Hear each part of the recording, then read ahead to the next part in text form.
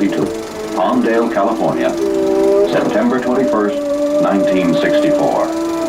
The most important day in the history of the world's largest supersonic airplane, the XB-70A. Pre-flight crews prepare Air Force 001 for its first flight. Dawn breaks into day. The President and Executive Vice President of the Los Angeles Division of North American Aviation discuss flight plans with Al White, their chief test pilot, the man who will fly the plane. Colonel Joe Cotton, U.S. Air Force, will co-pilot. With him here, the chief engineer on the B-70 project. There are many people working for the success of this flight today. From Mobilcom, flight test engineers conduct on-the-spot communications with the pilots. At Edwards Air Force Base, 30 miles northeast of Palmdale, an Air Force monitoring facility stands ready. A variety of cameras will provide a permanent record of the flight, while skilled pilots in chase planes furnish immediate visual observations. For this first flight, Al White and Joe Cotton will take off from Palmdale, follow a scheduled flight plan, and land at Edwards Air Force Base. They'll put the plane through basic maneuvers. Then, if everything checks out, push on up gradually towards supersonic speed. Total flight time will be about an hour and a half. The primary purpose of the initial flight is to gather data on how the airplane flies, how its new systems perform. One at a time, the 6 giant jet engines are run up to power. Their maximum power output is approximately 200,000 horsepower.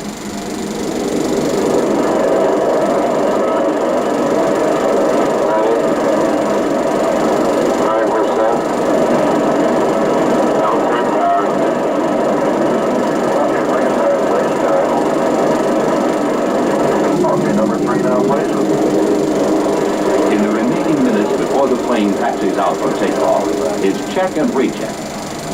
Each of the aircraft systems and instruments must perform perfectly. When it's convenient, weights required. Roger.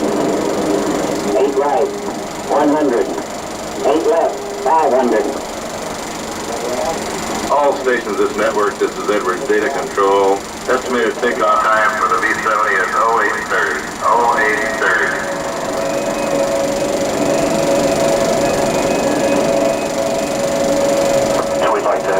Readings on pressures. P1 3750. U1 4150. P1 3750. That's P2 4150. Site 1, will you give us wind velocity and direction too, please? This is North American Tower.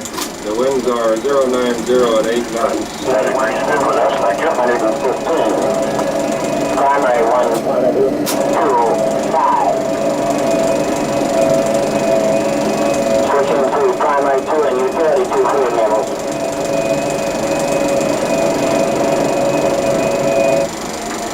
Standby, the hydraulic is now disconnected. Hi, Roger. Presently closing the cockpit door. Palmdale Tower, 001, how do you read? Good morning, 001, Palmdale Tower, is you on clear. Roger, we're ready to fly. Roger, clear to runway 7 via taxiway Bravo with 090 at 8. Clear for takeoff 190. Roger, thank you. And we're rolling in. Roger, how's that like?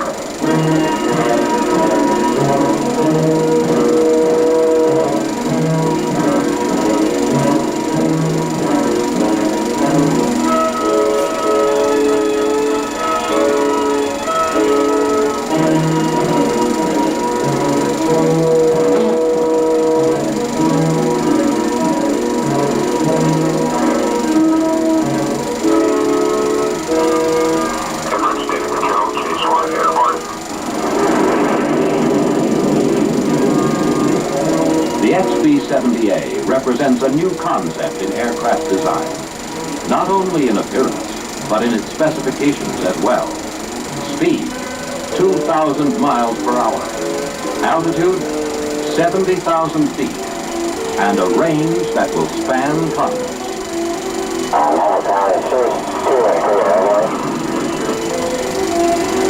Several Air Force and North American officials arrive at the Edwards Flight Monitoring Facility to watch Wing's closed circuit television system.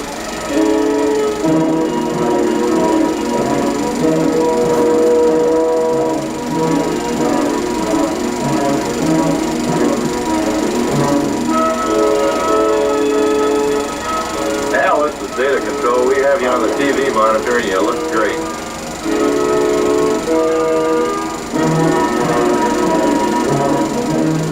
Mobile monitor awaits reports all okay as is. Roger, monitor.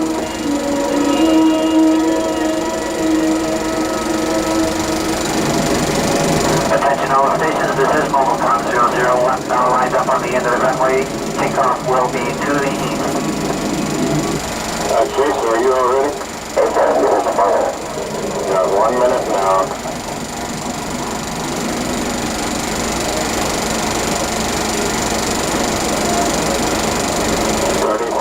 Now, data on at 7825, coming up on power. 10 seconds. 5, 4, 3, 2, brake release now.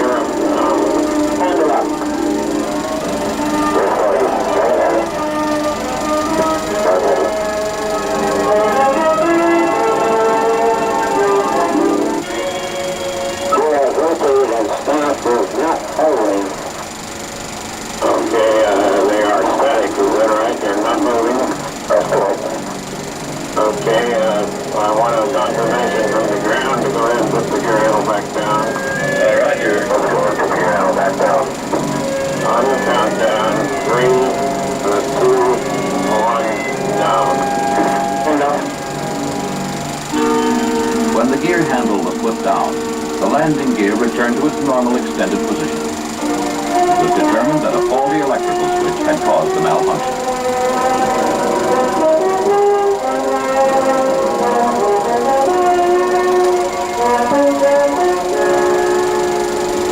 Get around headed northeast again so that I can make a straight run for 3 minutes. Roger. Holding 254. Right now, 14,850. Got 100% on all engines. What's your total fuel, Joe? 67,000. Primary 2 fluid level, 205. Utility 2, fluid level, 205. Going to the primary 1, utility 1, and they were holding fine. Primary 1, 205. Utility 1 is coming back, I'm quite sure it'll steady at 160, and it is. Fluid levels are fine, status indicators are okay, and the pressures look good. Let's shut down number 3 engine. I got an indication it's starting to go over 108%. I could have been an indicator, but I couldn't take the chance. I shut it down. Loss of an engine in this airplane is no problem, and the flight continues successfully with only 5 engines operating. Rare enough throttle by the fuel. I think I'm going to knock this off at the end of this one and do the low speed and come in and start some landings. Right here, understand. I'm going to put the flaps down. I'm going to just slow the airplane down if you give me a landing speed. Minimum touchdown speed will be 175 at your present weight, Al. I'm going to come down and make a go around the flitter. Roger. Al, 194 on the approach speed, 184 on the flare. Oh, Edward Star, you're reading 001. 001, Edward Star, loud and clear. Turning into final approach for a logo. 001, Roger. The inwards winds are variable 020 degrees at 10. Now you're going to make a go around this time, is that right? That's affirmative.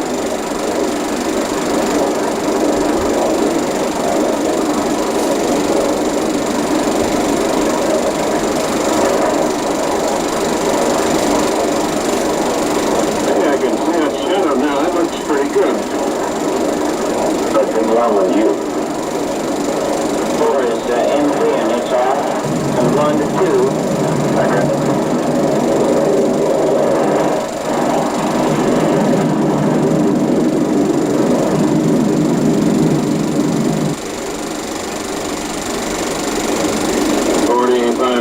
And we're going to land out of this one.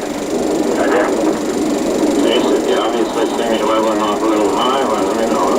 If I'll give you a countdown for about 50 feet. Okay.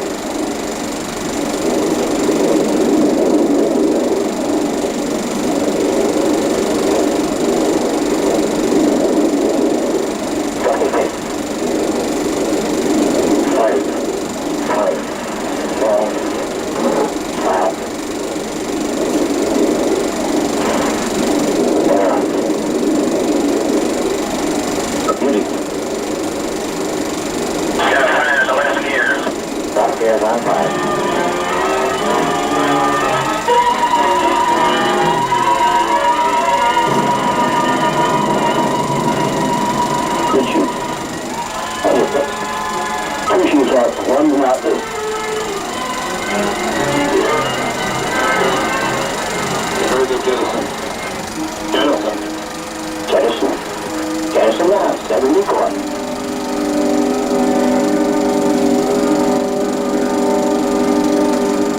Your aft tires are blown and they're both burning, but not very badly. You've got 3 fire trucks with you.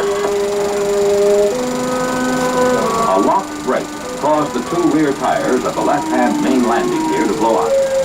The pilot and co-pilot heard the tires blow out, but were unaware of any damage, and had no difficulty in bringing the plane to a perfect straight-line stop.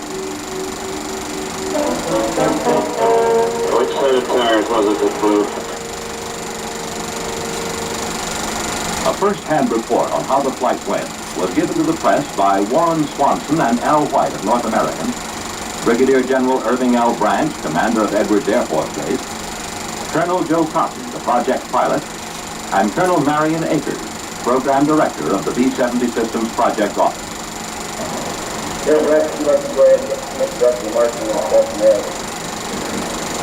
Anytime we fly an aircraft out here, it's a big event. This, of course, is one of the most important events we've ever had because it's the first of the truly triple-sonic aircraft, which will be a major part of the national inventory in the future.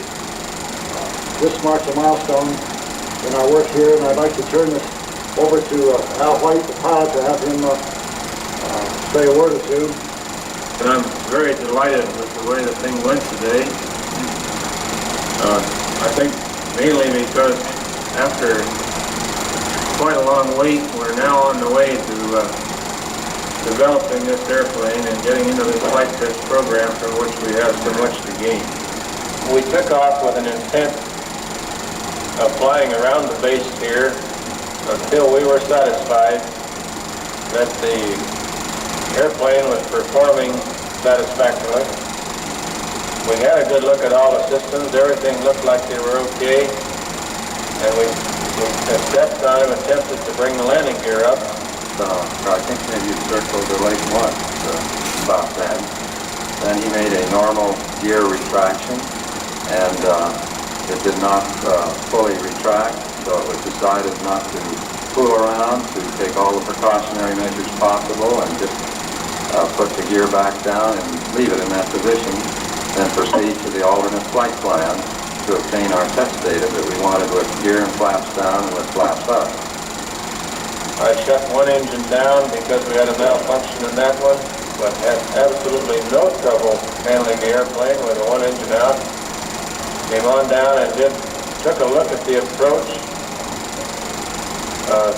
made a low go around, which was planned, and came on around for the landing. And I think that both Joe and I are very happy with the way the airplane was controlled. Had no problem with the landing, no problem with its visibility, and a lot of the things that we've been thinking that there was some question about, and I'm just real tickled with the way the thing went other than the malfunction. We're disappointed in that regard naturally. The indications are that the rear axle on the left bogie was locked when we touched down and didn't unlock at all. It blew the tire and ground the wheel down. We had some malfunctions, but boy, that's why I got this job. If we never had any malfunctions, there wouldn't be any test pilots. I'm delighted with the whole thing. As I said earlier, this is a big step in getting us on down the road. We've flown now, and we're going to keep on flying. And we're not in the stage of waiting anymore.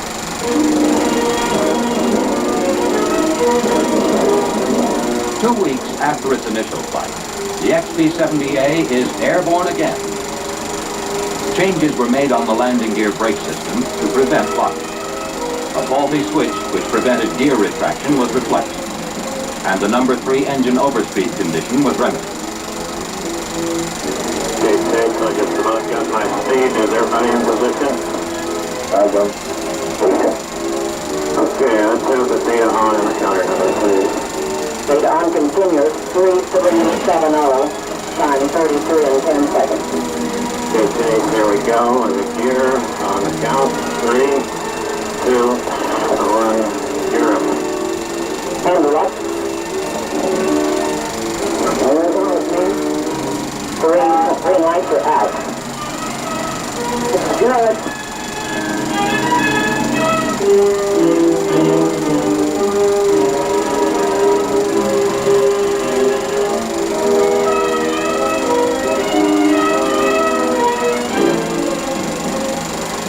Gear is up and going to work.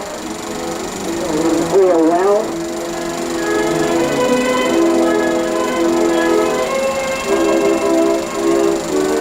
And both landing gear dollars are showing closed, and they're closed, and it looks clean now.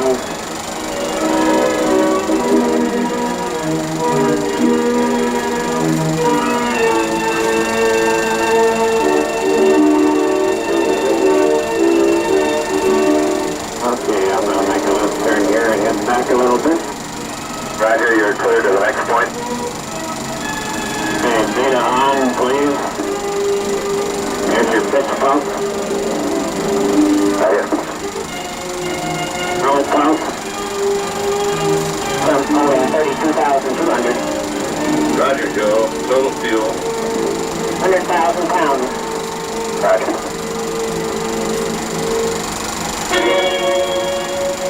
We're losing utility number 1. Roger, gear down as soon as possible.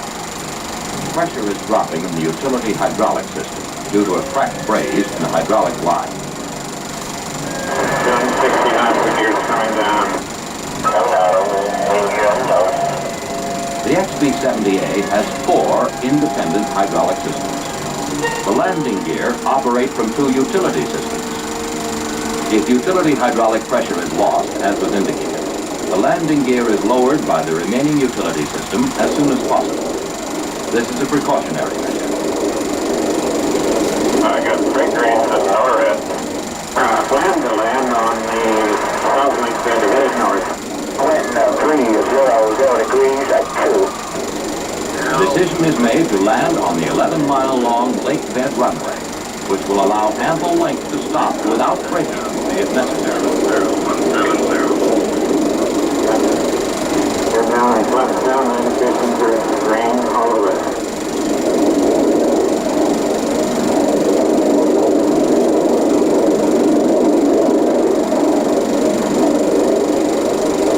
More valuable flight data was obtained during this flight, and the speed and altitude were doubled. The troubles encountered on the first flight had been overcome. Brakes, nose wheel steering, drag chute, all performed perfectly.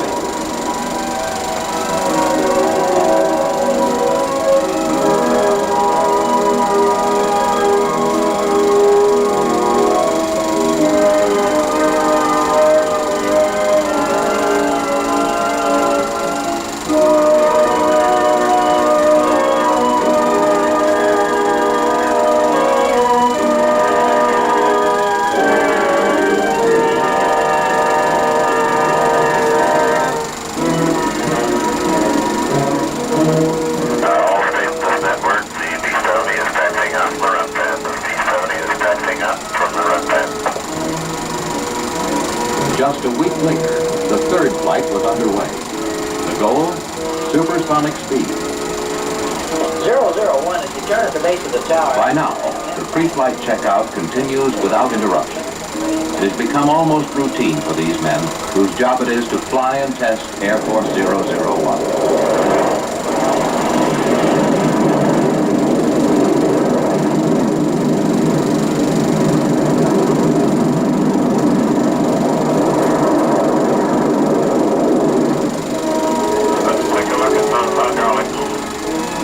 Various flutter and stability tests are made as the plane climbs in speed and altitude. All systems are performing well. Al, we might be more efficient here if you light the AB.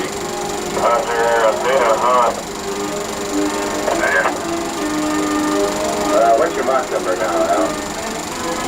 1.1. That's 35,100. Boy, that's too good now. Roger, Mach 1.1 at 35,100 feet. At a press briefing held after the flight, Al White recounted, One of the significant things about this flight was that we went supersonic. In fact, 3 different times. The airplane goes through the sound barrier like all other present-day supersonic airplanes. There isn't a trim change or anything to indicate that you've gone supersonic other than your flight instruments. We flew roughly 20 minutes at supersonic speeds. Systems-wise, the airplane performed just beautifully today. this was the first time Joe Cotton had an opportunity to fly the airplane. From the co-pilot's viewpoint, you see, the major systems are also very important to get the aerodynamic information that we're after. They, the electrics, hydraulics, fuel systems, environmental, not one squawk. the slightly mottled Dalmatian appearance resulted from some loss of paint during this flight. I'm descending through 23.5 now. Final approach speed 194, flare speed 184, touchdown 168, 168. Roger. 001 Edwards Tower. Winds are presently indicating calm. All stations, the B-70 will land out of this approach. The B-70 will land out of this approach.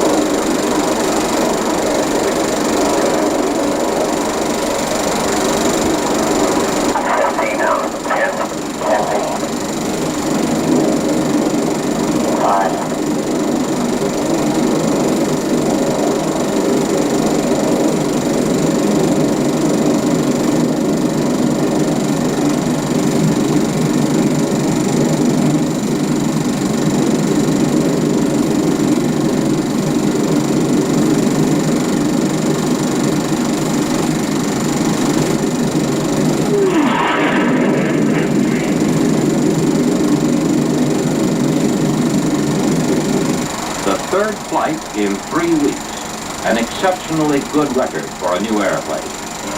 All test objectives were met. There were no systems failures or malfunctions. Just one note of discord. Some additional paint was lost. It was determined that in certain areas it had been applied too thick. It became brittle, and when the structure flexed, some paint broke and peeled off. The success of the flight is reflected in the faces of everyone.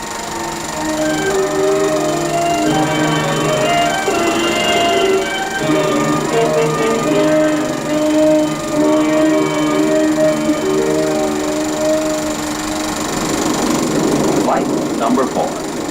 2 primary goals. Fold the wingtips down, reach a higher supersonic speed. This time, Mach 1.4.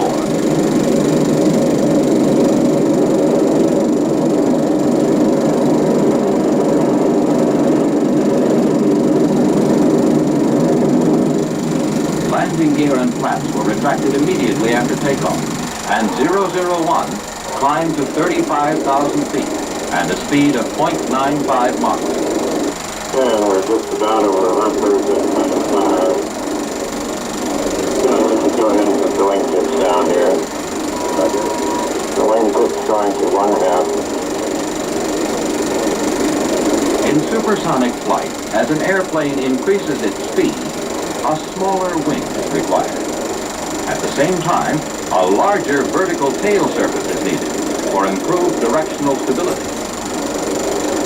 On the XB-70A, this is achieved by its folding wingtips, a first for the aviation industry.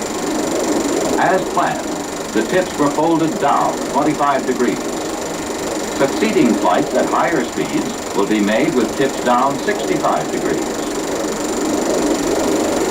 1.4. Well, somebody wants to color his data on. How does the wingtips look? It looks good now, Al.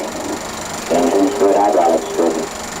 Mach 1.4 at 45,000 feet. This 4th flight concludes the first phase of flight testing. In reviewing the flight for the press, co-pilot Joe Cotton remarked, The wingtip operation went off as really slick as a whistle, and she was really born to fly with the tips down. in just 34 days, 4 test flights have been conducted, 2 of them at supersonic speeds. In the words of Al White, Now, not only just going supersonic, but we've pushed on up there a good big step, and we're looking forward to going ahead in equal size steps on up to Mach 3. it is these future tests which are expected to prove many of the new concepts of design and materials which have been incorporated into the XB-70A.